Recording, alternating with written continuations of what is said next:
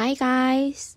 Today I'm gonna read 해리포터와 불의 잔 제13장 매드아이 무디 교수.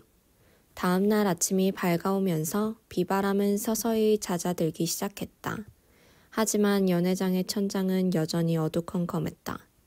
아침 식사 시간이 되자 해리와 론과 헤르미온느는 한자리에 모여서 새로운 시간표를 확인했다. 음산한 잿빛 구름이 연회장의 천장에서 소용돌이치고 있었다. 약간 떨어진 테이블에 앉아있는 프레드와 조지와 리 조던은 빨리 나이를 먹을 수 있는 마법에 대해 의논하고 있었다. 그들은 트리위저드 시합에 참가할 수 있는 방법을 궁리하고 있었던 것이다. 오늘은 별로 나쁘지 않아. 오전 내내 야외 수업이야. 약초학 수업은 후플푸프와 함께 듣고 신비한 동물 돌보기는 제기랄 여전히 슬리데린과 함께 들어. 론은 손가락으로 월요일 수업 시간표를 하나씩 짚으며 불만스러운 목소리로 투덜거렸다. 오늘 오후에는 점술 수업이 있어. 해리가 희미한 신음소리를 냈다. 점술은 마법의 약과 더불어 해리가 가장 싫어하는 과목이었다. 트렐로니 교수가 자꾸만 해리의 죽음을 예언하면서 아주 성가시게 하기 때문이었다. 너도 나처럼 그 과목을 포기해야 했어. 안 그래? 만약 그렇게 했다면 산술점같이 이치에 맞는 과목을 들을 수 있잖아. 헤르미온느가 토스트에 버터를 잔뜩 바르면서 말했다. 너 다시 음식을 먹기 시작했구나. 론이 헤르미온느를 쳐다보면서 말했다. 헤르미온느는 버터를 바른 빵에 잼을 듬뿍 발랐다. 꼬마 집요정의 권리를 주장할 수 있는 더 좋은 방법이 있을 거라고 생각했어. 헤르미온느가 빵을 덥석 베어물면서 대답했다. 그래, 그리고 배도 고팠겠지. 론이 씩 웃으면서 말했다. 갑자기 날개를 퍼덕거리는 소리가 들리더니 수백 마리의 부엉이가 창문으로 날아들어왔다. 그 부엉이들은 제각기 우편물을 들고 있었다. 해리는 본능적으로 고개를 들었지만 갈색과 회색 부엉이들만 날아다니고 있을 뿐 하얀 부엉이의 모습은 전혀 보이지 않았다. 부엉이들은 편지나 소포의 주인을 찾기 위해 연회장을 빙빙 돌았다. 커다란 황갈색 부엉이는 네빌 롱바텀의 무릎 위에 소포꾸러미를 털썩 내려놓았다. 네빌은 짐을 꾸릴 때마다 항상 뭔가를 잊고 가져오지 않았다. 드레이코 말포이의 수리 부엉이도 사탕과 케이크가 들어있는 꾸러미를 갖고 온 것 같았다. 수리 부엉이는 드레이코 말포이의 어깨 위에 내려앉아서 깃털을 다듬고 있었다. 해리는 그만 맥이 탁 풀리고 말았다. 하지만 애써 실망한 표정을 감추면서 다시 죽을 먹었다. 아직까지도 시리우스가 편지를 받지 못한 걸까? 혹시 헤드위그에게 무슨 일이라도 생긴 게 아닐까? 흠뻑 젖은 길을 걸어가는 동안 해리는 잠시도 걱정을 떨칠 수가 없었다. 하지만 제3온실에 도착했을 때 해리는 어떤 이상한 식물에 온통 정신을 빼앗기고 말았다. 스프라우트 교수가 학생들에게 괴상한 식물을 보여주었던 것이다. 해리는 지금까지 그렇게 괴상하게 생긴 식물은 한 번도 본 적이 없었다. 그것은 식물이 아니라 굵고 거무죽죽한 민달팽이처럼 보였다. 그 식물은 잠시도 쉬지 않고 마치 벌레처럼 꿈틀거렸으며 줄기에는 온통 액체로 가득 찬 것처럼 보이는 커다란 종기들이 다닥다닥 붙어 있었다. 부보투벌한다. 가끔씩 저 종기를 짜서 고름을 빼주어야만 한단다. 너희들은 그 고름을 모아서 스프라우트 교수가 학생들을 둘러보면서 말했다. 뭐라고요? 시무스 피니간이 혐오스러운 표정을 지었다. 고름 말이다 피니간. 고름! 스프라우트 교수가 단호한 목소리로 외쳤다. 그건 굉장히 귀중한 거니까 소중하게 다루어야 한다. 용가죽으로 만든 장갑을 끼고 병에 고름을 담도록 해라. 희석시키지 않은 부보투버 고름이 몸에 닿으면 살갗이 부풀어 오를 수도 있으니까. 부보투버의 종기를 짜는 것은 비록 구역질이 나긴 했지만 아주 재미있는 일이었다. 펑! 부보투버의 종기를 터뜨릴 때마다 휘발유 냄새가 나는 많은 양의 액체가 주르르 흘러내렸다. 그것은 아주 걸쭉하고 연한 초록색의 고름이었다. 그들은 스프라우트 교수의 지시에 따라 초록색 고름을 병에 담았다. 수업이 끝날 무렵이 되자 몇 리터의 고름이 모아졌다. 폼프리 부인이 무척 좋아하겠구나. 부보투버의 고름은 여드름 같은 고질적인 피부병을 치료하는 특효약이란다. 이 액체만 있으면 학생들이 더 이상 여드름을 없애기 위해 다른 방법을 쓸 필요가 없지. 스프라우트 교수는 코르크 바게로 병 입구를 막았다. 가엾은 엘로이즈 미전처럼 말이죠. 걔는 마법을 써서 여드름을 없애려고 했어요. 후플푸프 기숙사의 한나 아보트가 목소리를 한껏 낮추면서 말했다. 그건 정말 어리석은 일이었지. 하지만 폼프리 부인이 결국 그 아이의 코를 원래대로 고쳐놓았단다. 스프라우트 교수가 고개를 저으면서 말했다. 수업이 끝나는 종소리가 울려 퍼지자 학생들은 335 짝을 지어서 뿔뿔이 흩어졌다. 운동장은 여전히 축축하게 젖어 있었다. 후플푸프 학생들은 변신술 수업을 받기 위해 돌계단을 올라갔고 그리핀도르 학생들은 신비한 동물 돌보기 수업을 받기 위해 해그리드의 작은 통나무 오두막으로 걸어갔다. 해그리드의 오두막은 금지된 숲 언저리에 위치하고 있었다. 해그리드는 한 손으로 멧돼지 사냥개 팽의 목줄을 잡고 서 있었다. 해그리드의 발치에는 나무 상자 몇 개가 놓여 있었는데 팽은 자꾸만 그 상자 쪽으로 가려고 목줄을 잡아당기면서 낑낑거렸다. 팽도 나무 상자 안에 들어있는 것이 무엇인지 알고 싶은 것 같았다. 그들은 해그리드를 향해 천천히 걸어갔다. 갑자기 나무 상자가 덜거덕거리더니 뭔가 폭발하는 소리가 들렸다. 안녕! 해그리드가 해리와 론과 헤르미온느를 쳐다보면서 씩 웃었다. 슬리데린 학생들이 도착할 때까지 기다리는 게 좋겠구나. 그 애들도 이걸 놓치고 싶진 않을 테니까. 폭탄꼬리 스크루트. 뭐라고요? 다시 한 번만요. 론이 어리둥절해하며 말했다. 해그리드는 나무 상자를 가리켰다. 이크! 라벤더 브라운이 즐겁을 하면서 재빨리 뒤로 물러났다. 해리는 이크라는 그 말 한마디가 폭탄꼬리 스크루트의 모든 걸 설명해준다고 생각했다. 폭탄꼬리 스크루트는 꼭 껍데기 없이 형체가 일그러진 가재처럼 보였다. 다리는 아주 이상한 곳에 삐죽삐죽 나와 있으며 머리는 어디에 붙었는지 제대로 보이지도 않았다. 창백하고 끈적끈적한 살갗은 쳐다보기만 해도 오싹 소름 끼칠 정도였다. 나무 상자 속에는 길이가 20cm가량 되는 수백 마리의 스크루트들이 마구 날뛰고 있었다. 스크루트들은 썩은 생선처럼 고약한 냄새를 풍기고 있었다. 펑! 가끔씩 스크루트의 꼬리에서 불똥이 튀어나오더니 몇 센티미터 앞으로 날아갔다. 이제 막 부화했단다. 너희들이 직접 키울 수 있을 거야. 이번 학기에 연구 과제로 쓰면 아주 좋을 거라고 생각했지. 해그리드는 폭탄꼬리 스크루트를 쳐다보면서 흡족해했다. 왜 우리가 저런 이상한 동물을 키워야 하죠? 말포이가 불만에 가득 찬 소리로 물었다. 슬리데린 학생들이 우르르 몰려오고 있었다. 크레이브와 고일은 낄낄대면서 노골적으로 웃음을 터뜨렸다. 말문이 막힌 해그리드는 머리를 긁적거리면서 몹시 당황한 표정을 지었다. 대체 저것들로 뭘 하느냐고요. 저 동물의 특징은 뭔가요? 말포이가 비꼬는 투로 물었다. 해그리드는 입을 약간 벌린 채 골똘히 생각에 잠겼다. 그건 다음 수업 시간에 이야기하도록 하자, 말포이. 오늘은 그저 먹이만 주면 돼. 해그리드가 무뚝뚝한 목소리로 말했다. 자, 지금부터 스크루트에게 몇 가지 먹이를 주도록 해라.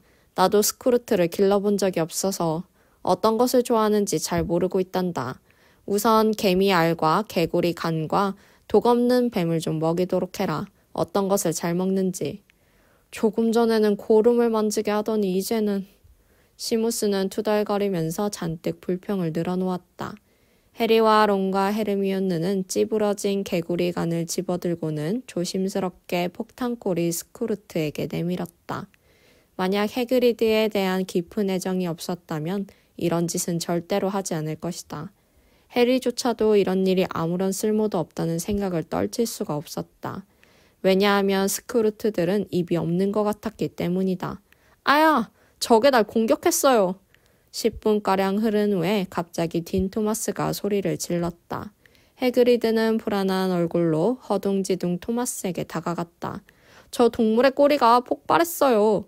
딘이 화를 내면서 소리쳤다. 딘의 손에는 불에 데인 듯한 상처가 나 있었다. 아, 그래. 스크루트의 꼬리가 폭발하면 그럴 수도 있어. 해그리드가 천천히 고개를 끄덕이면서 대답했다. 이크! 라벤더 브라운이 깜짝 놀라면서 소리를 질렀다. 이크! 해그리드, 저 동물의 몸에 나 있는 뾰족한 게 뭐죠? 어떤 것들은 침을 가지고 있단다. 해그리드가 열심히 설명했다. 라벤더는 얼른 상자에서 손을 떼었다. 아마도 그건 수컷인 것 같구나. 암컷은 배에 빨판 같은 게 달려있단다. 스크루트들은 그 빨판으로 피를 빨아먹는 것 같아. 어째서 우리가 저런 동물을 키워야 하는지 그 이유를 이제 분명히 알겠군요. 태우고 찌르고 물어뜯는 걸 한꺼번에 할 수 있는 애완동물을 누가 갖고 싶어 하지 않겠어요. 말포이가 역설적으로 비꼬면서 말했다.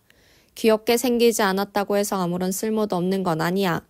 헤르미온느가 날카롭게 쏘아붙였다. 용의 피는 놀랄 만큼이나 신비하지. 하지만 그렇다고 해서 네가 용을 애완동물로 키우고 있는 건 아니잖아? 안 그래? 해리와 론은 텁수룩한 수염 뒤로 슬쩍 미소 짓는 해그리드에게 씩 웃어 보였다.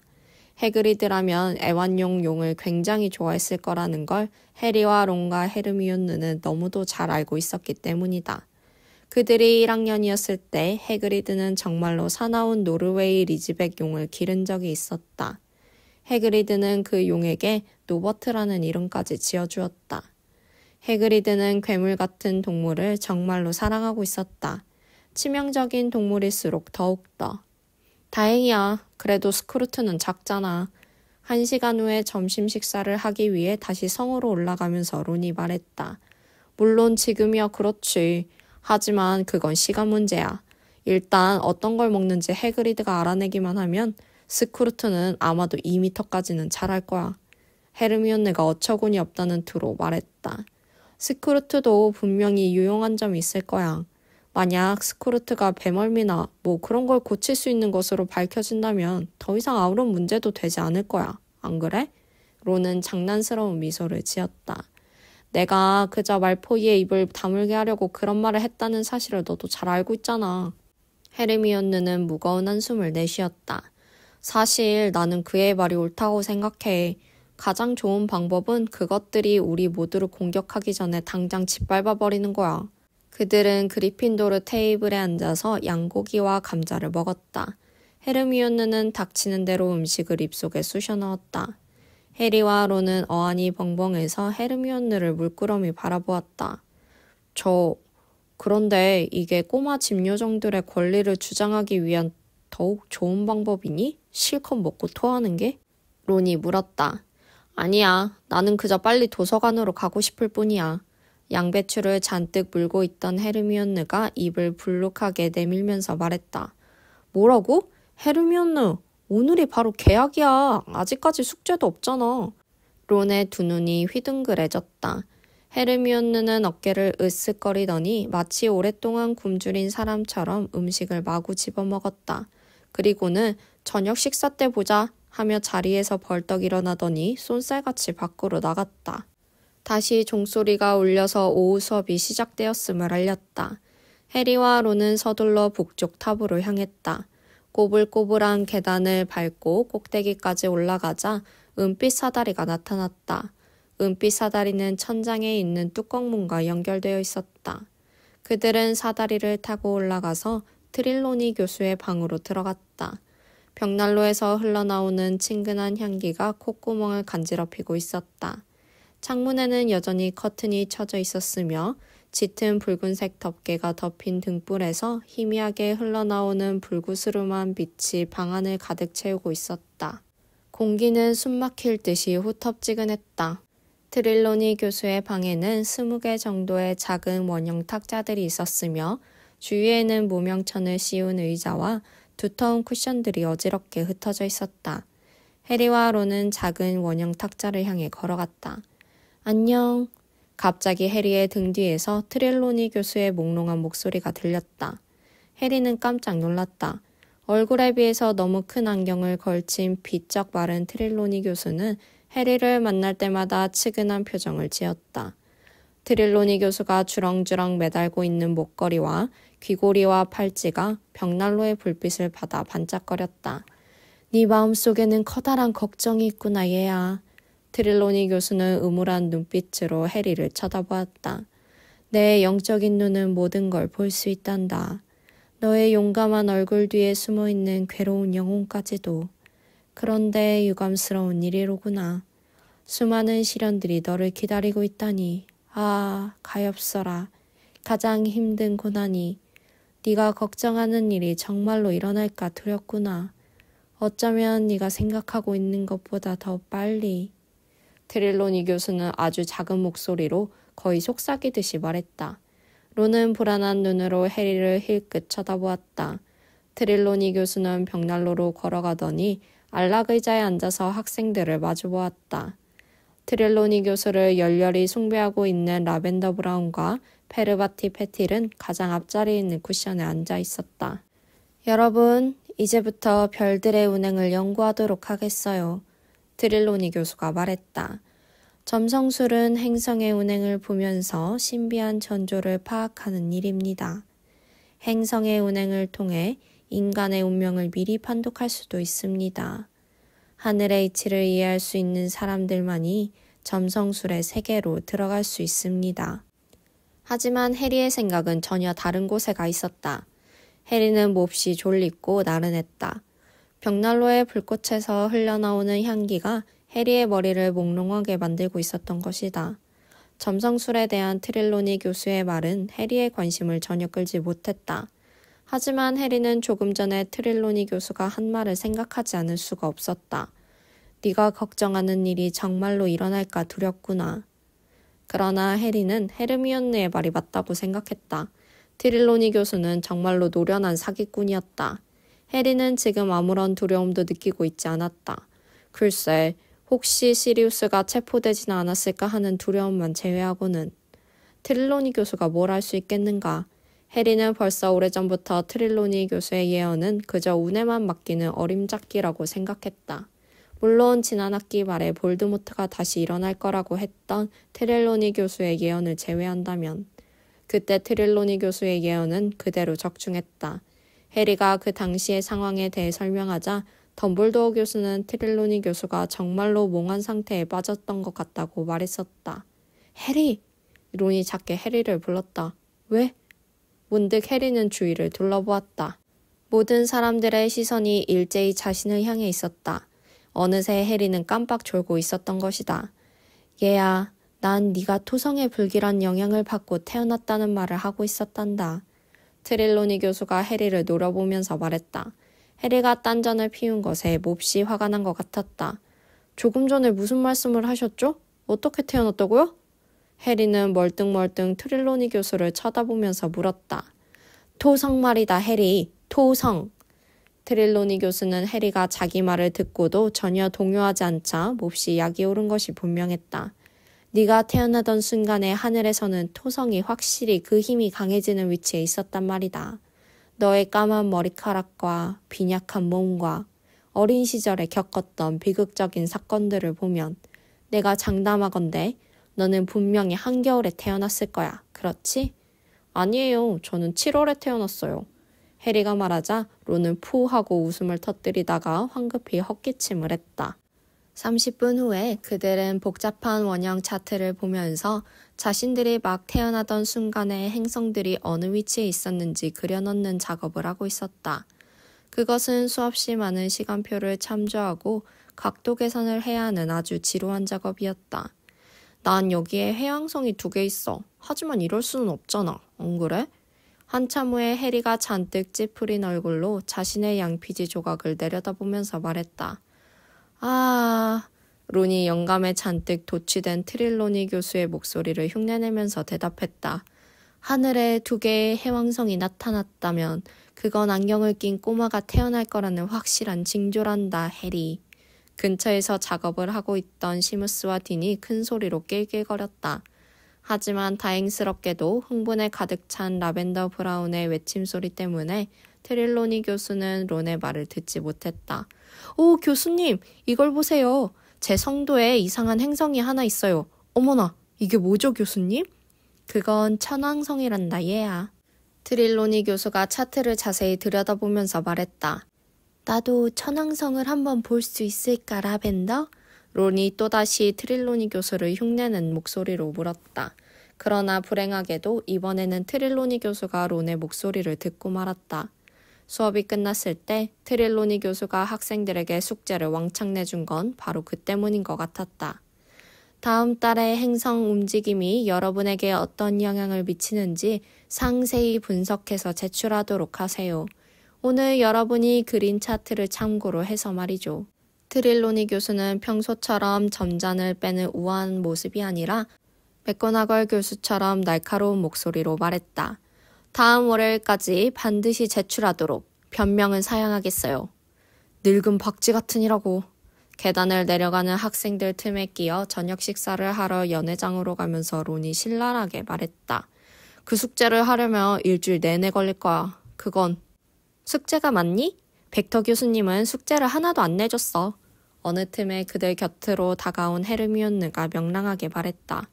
그래, 벡터 교수는 정말 멋지다. 론이 시무룩한 표정으로 대답했다. 그들이 현관 복도에 도착했을 때 그곳에는 이미 저녁 식사를 하기 위해 줄을 서 있는 학생들로 가득 차 있었다. 그들이 줄의 제일 끝으로 가서 섰을 때 갑자기 커다란 목소리가 쩌렁쩌렁 울려 퍼졌다. 위즐리! 야! 위즐리! 해리와 론과 헤르미온느는 한꺼번에 고개를 돌렸다. 말포이와 크레이브와 고일이 뭔가 굉장히 재미있는 일이 있다는 듯한 얼굴로 서 있었다. 왜? 론이 쌀쌀하게 말했다. 네 아버지가 신문에 났어, 위즐리. 말포이가 예언자일보를 흔들며 주위 사람들에게 모두 들릴 정도로 커다랗게 외쳤다. 이 기사 좀 들어봐. 실수 연발의 마법부. 아직도 끝나지 않은 마법부의 재난. 리타 스키터 특파원. 최근에 퀴디치 월드컵에서 보여주었던 서투른 군중 관리로 비난을 받고 있을 뿐만 아니라 한 마녀의 실종에 대해 제대로 설명조차 하지 못하고 있는 마법부가 이번엔 먹을 문화 유물 오용 관리과의 아놀드 위즐리 씨의 괴상망측한 행동 때문에 어제 또다시 새로운 공경에 처했다. 말포이가 번쩍 고개를 치켜들었다. 네 아빠의 이름도 제대로 기억 못하고 있어, 위즐리. 네 아빠가 얼마나 변변찮은 사람이면 이름조차 엉뚱하게 알고 있는 거야. 안 그래? 말포이가 까르르 웃음을 터뜨렸다. 이제 복도에 서 있는 모든 사람들이 말포이의 말을 듣고 있었다. 말포이는 과장된 몸짓으로 신문을 똑바로 들어올리더니 계속 읽어나갔다. 2년 전에 날아다니는 자동차를 소유한 사건으로 고발을 당했던 아놀드 위즐리 씨가 어제는 대단히 공격적인 쓰레기통 문제 때문에 머글들의 법률 파수꾼 경찰관 몇 명과 맞닥뜨리게 되었다. 위즐리 씨는 마법부에서 은퇴한 오러 매드아이 무디 씨를 도와주기 위해 급히 달려갔던 것으로 추정된다. 무디는 악수와 살인 미수 사이의 차이도 더 이상 분별하지 못하는 노인이다. 당연히 위즐리 씨는 경계가 삼엄한 무디 씨의 집에 도착하자마자 무디 씨가 또다시 착각을 해서 공연히 소동을 피웠다는 사실을 깨달았다. 위즐리 씨는 먹을 경찰관의 기억을 수정한 후에야 비로소 그 공경에서 벗어날 수 있었다.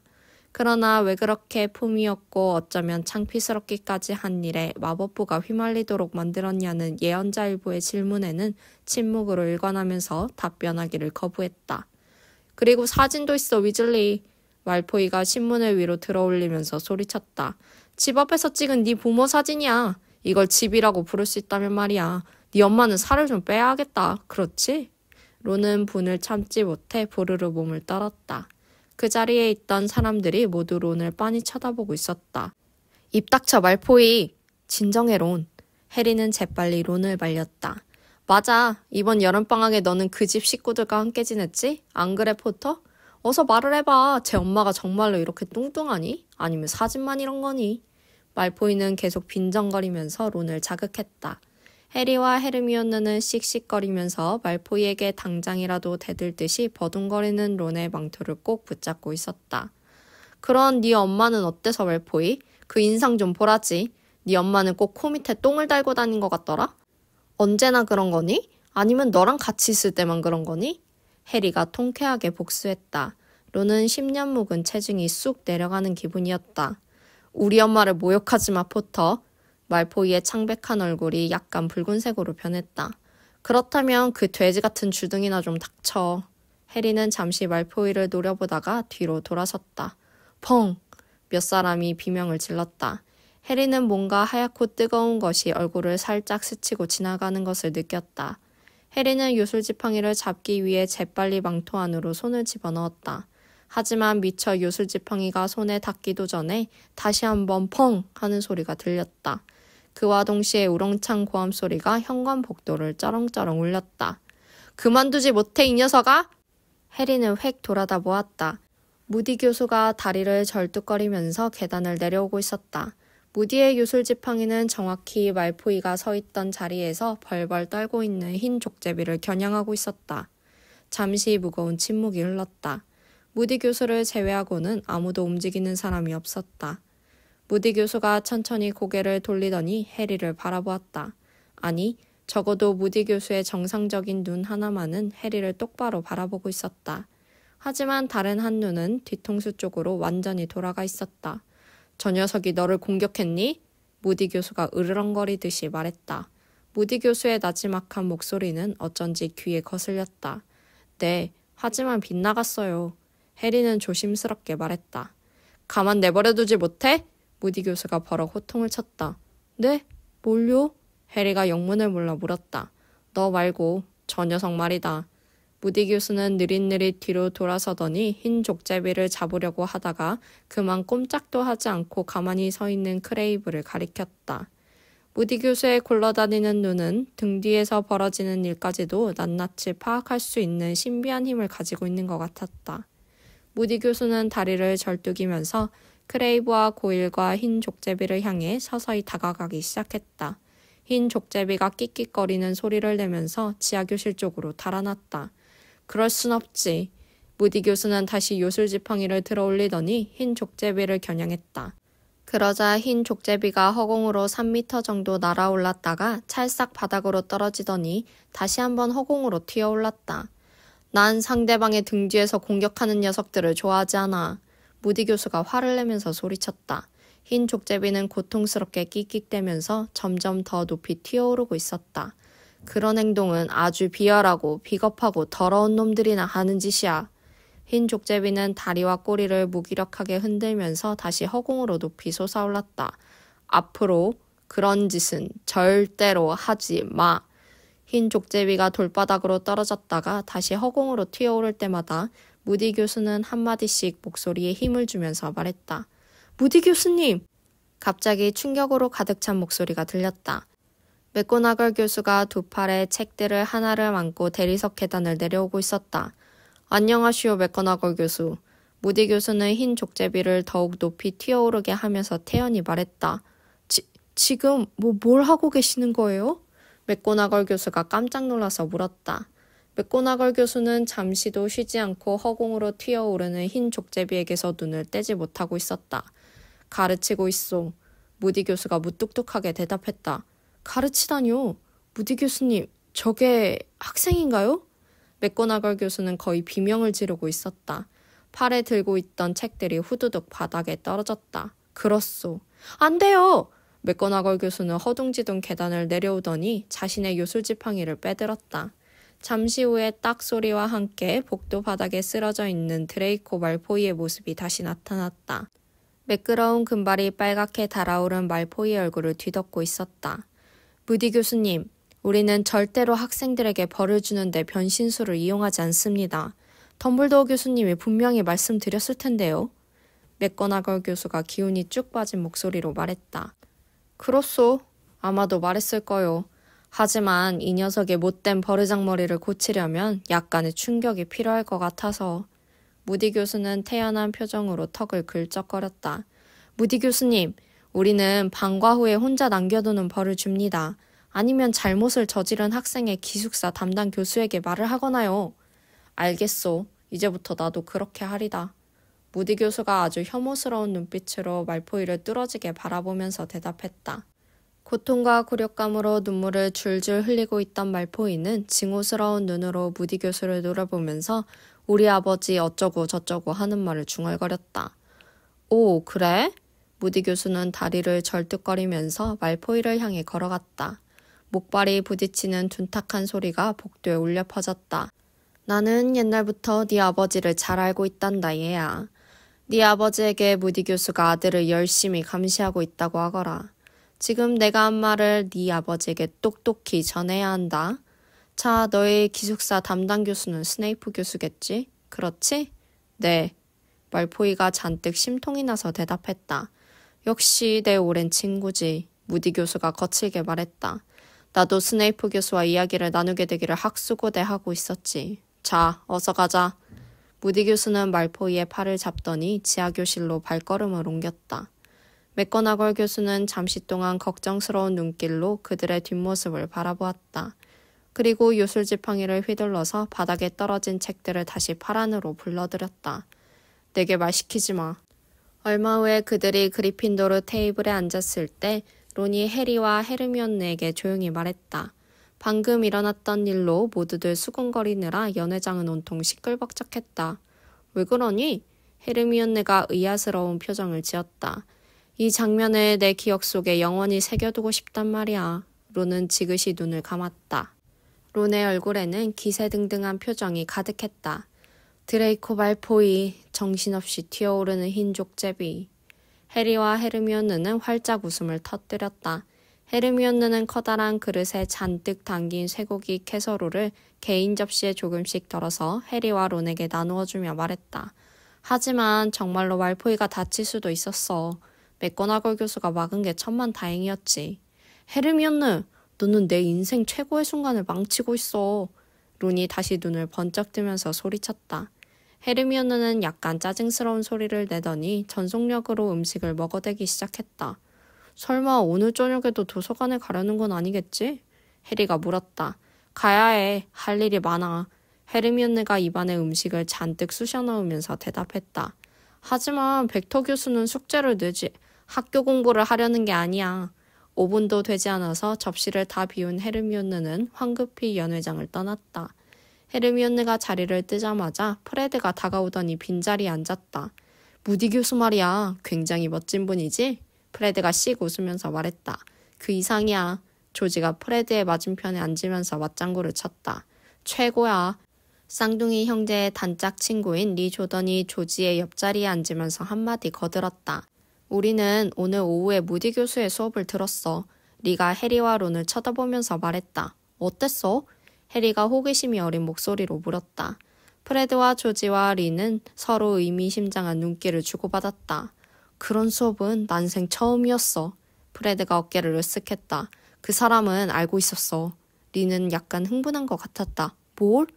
론이 앞으로 몸을 잔뜩 숙이면서 물었다. 저 밖에서 그걸 하는 게 어떤 건지 안단 말이야. 조지가 감명을 받은 듯이 말했다. 뭐라는데? 해리가 재빨리 반문했다. 어둠의 마법과 싸우는 거 말이야. 그는 모든 걸 다 봤어. 프레드와 조지가 한마디씩 했다. 굉장해. 리가 맞장구를 쳤다. 론은 재빨리 가방 속에 손을 집어넣더니 시간표를 꺼내들었다. 우리는 목요일이나 되어야 그 수업이 있어. 론은 몹시 실망한 것 같았다.